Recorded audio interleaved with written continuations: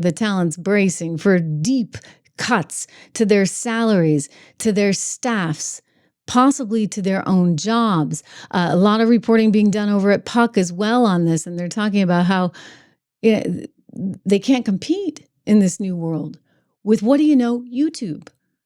I was at the airport in New York before leaving for Ireland, and a couple of people came up to me, and it was really interesting because I've had that happen before, and people have come up to me, oh, I used to watch you on Fox, I watched it on CNBC, I remember you from Bloomberg.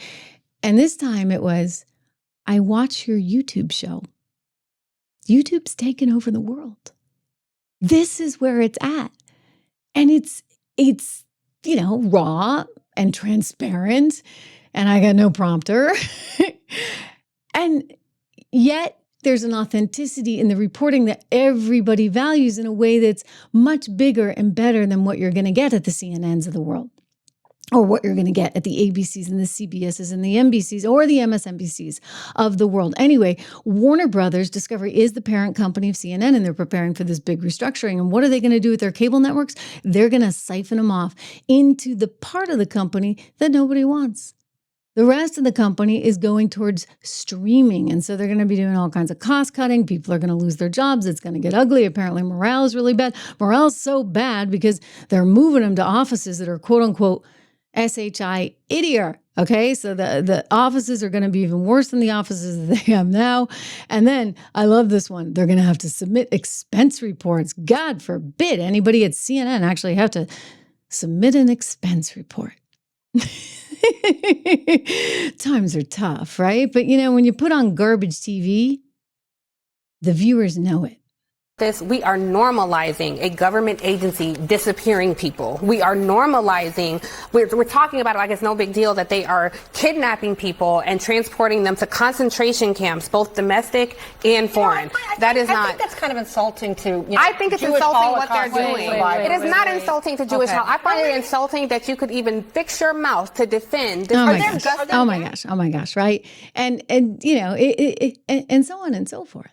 I mean, they got rid of Joy Reid over at MSNBC, but hey, guys, they still have Rachel Maddow, and they still have that guy who's on at night. What's his name? Larry something. Didn't he used to be a producer or writer for a scripted law show? Yeah, I'm blanking on his name. And then they get the guy that looks just like Rachel Maddow, like spitting image of Rachel Maddow, Chris Hayes.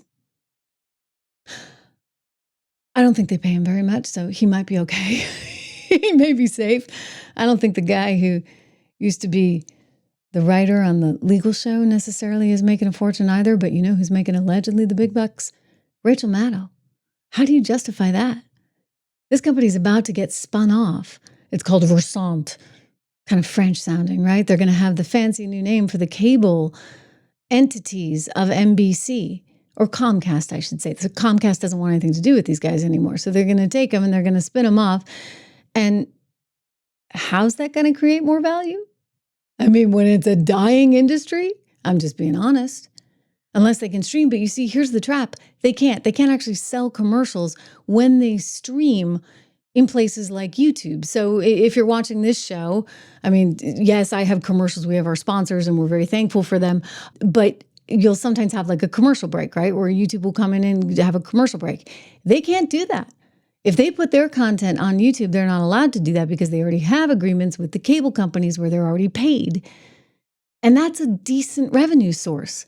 So how do you turn that revenue source off and take a gamble and say, I'm going to go out there and stream? You can't really. I guess you could create a whole other streaming network, and they're trying to do that. But of course, they don't want to have to do it on YouTube because they'd rather do it on their own venue, and that takes time to build. So they're kind of up a creek without a paddle, and I don't know how they're going to ever turn this thing around, especially when they're paying the likes of one Rachel Maddow something like $25 million. They also have Morning Joe, which charges a pretty penny. And so consequently, they're struggling. They're struggling just like Stephen Colbert was reportedly struggling. Stephen Colbert was allegedly on his show losing something like 30-40 million bucks a year. Amazing. I mean, they had a budget of like 100 million and they were losing at least 30% of it. I mean, to lose $30 million. I don't even know how you spend all that money on that show. It's really kind of a simple show to produce if you think about it. But, Stephen Colbert is commanding a pretty penny, and then he's got all his staff, and then they got to have the live studio audience, and they got to have the audience wranglers and all the people that are booking the audience and telling the audience when to clap and when to laugh and all that stuff. Reminds me of another show, doesn't it? The View. The View may also soon find itself unable to support what it's doing because in a new medium, in a new world, it's just gotten too darn expensive. But that's good. It's good for us over here, right? On the Trish Regan show. By the way, I'm going to just make this point.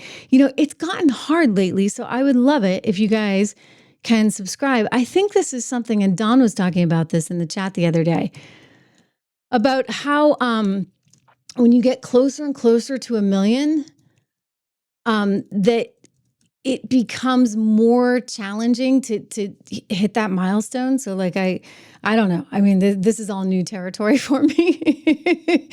So I've been asking some of my friends, they're like, yeah, because, it's kind of a big deal when you get to 1 million. And so it gets harder, with each rung that you're going up.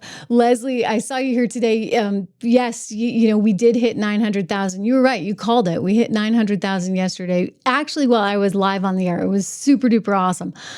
So we miss seeing you for that, but I'm glad you're here today. And I would just say, listen, I'm making the call out to all of you guys to do your part, to like the show, to subscribe, to share, to comment, all of that, because as we get closer to this milestone, it gets, at least from my perspective, incrementally harder. It is. It's just for whatever reason, and I don't fully understand how all this stuff works, it's gotten harder. So I need your help. I need your help to really push this. I'm here no matter what. The guy in the airport said that to me, actually. He's like, Trish, you're traveling. Oh, but you'll be on the air, right? I'm like, yeah, that I would never miss a day. I want to make sure that we're heard. We're here together in this, through thick and thin, on the front lines of history in a pretty epic way. And I can promise you one thing and one thing only. You may not always agree with me, but I'm always going to tell you the truth as I know it, the truth in that moment in time. And I do my best to give you all sides because it's important that you hear it all, right? You have a better argument, frankly, if you hear it all. I learned that way back in the day. You put a thesis, a college paper together, you get your thesis and you do all the reasons why something works. And then you always got to have the other side. Because if you can't show the other side and frankly shoot it down, then it's not as complete a thought or an argument. So you get it all here. Thank you guys so much for tuning in. I am going to be live, as I said, every day. It is good. I'm seeing some new faces here. So please, please do me a favor and make sure you subscribe. I will see you back here on the show again tomorrow. Great to have you here. Until then.